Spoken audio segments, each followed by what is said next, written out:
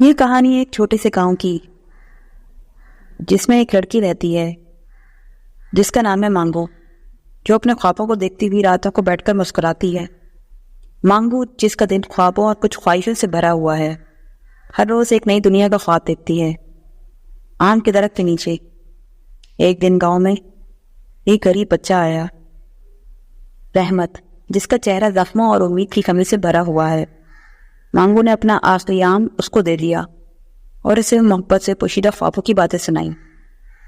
رحمت نے مانگو کی خوبصورتی اور اچھائیوں کو دیکھ کر دعا کی اور اس نے خاص خصوصیتیں دی جو مانگو کو شہرت اور کامیابی لے آئیں۔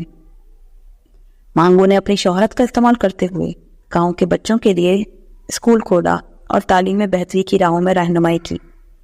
گاؤں والے مانگو کو مینگو شہزادی کہنے لگے اور رحمت کی دعاؤں نے گاؤں میں روشنی بکھیر دی۔